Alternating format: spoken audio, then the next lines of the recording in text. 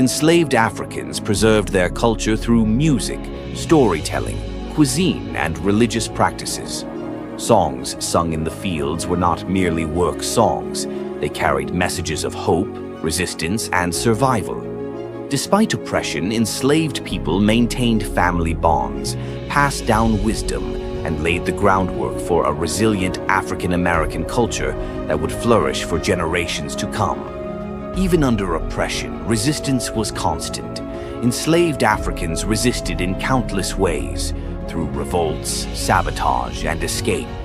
The Underground Railroad became a lifeline, a network of brave individuals risking everything to lead enslaved people to freedom.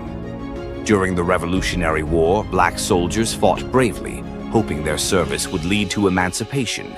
Yet America continued to deny freedom to many. Their contributions are often overlooked in traditional narratives of American history. The Civil War was a turning point.